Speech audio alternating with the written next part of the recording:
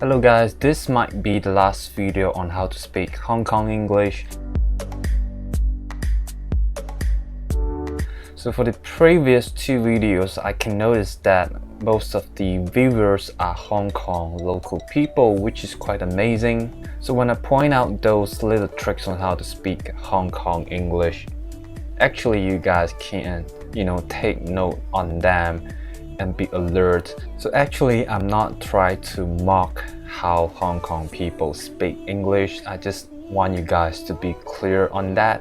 The fact is that it is just very obvious for me to notice the difference on how you guys speak English. So unlike Malaysian English, it is more towards using exclamation words or slangs. For example, you eat already, you come lah. So these words actually will destroy the way of speaking English. It's actually a broken English, but in Malaysia we call it Manglish. But for the Hong Kong English, it is more towards pronunciations. But anyway, it is just for fun.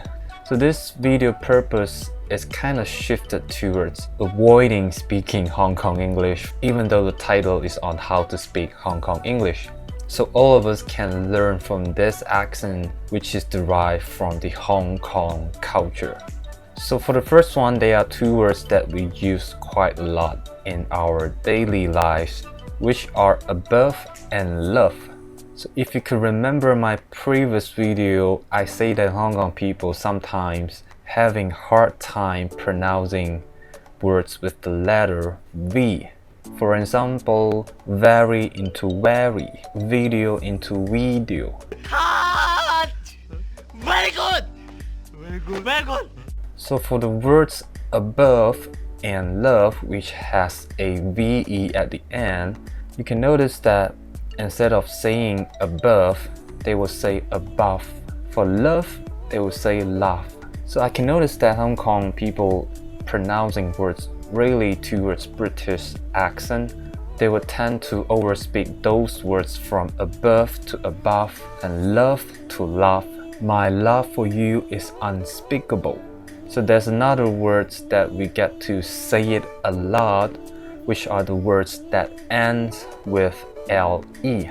So if you could heard me saying the previous sentence, which is my love for you is unspeakable. Whenever I say the words with the LE at the end, you can notice that I tend to pull back my tongue, for example, like this. It's kind of retracting my tongue back to produce a L sound. For example, unspeakable. So I understand that Cantonese is very hard to speak, especially need to speak it with 6 tones. For example, C, C, C, C, C, C. I don't know whether I make it right or not. So when I realized that speaking Cantonese in different tones sometimes ended up making less use of your tongue. That is why sometimes you guys having hard times pronouncing the R sound and the L sound. Launch different kinds of protests and we launch different kinds of activities in order to promote the identity of Hong Kongers. Because you guys focus too much on the tone and pitch. With 6 tones, how are you going to focus on your tongue, right? So for example, purple, you would say it at purple. Responsible and responsible. Single and single. Uncle and uncle. Unacceptable, unacceptable. In Hong Kong, we have our own culture, history, but at the same time, we are Chinese, and I don't think that is deniable. Portion of the representative is unfair. We should have all seats being directly elected by the Hong Kong people. So I'm going to show you a very good phrase that when you neglect the R sound and the L sound, you will sound really like a Cantonese speaker. This is unacceptable. You need to be responsible for this problem. Please handle it by yourself.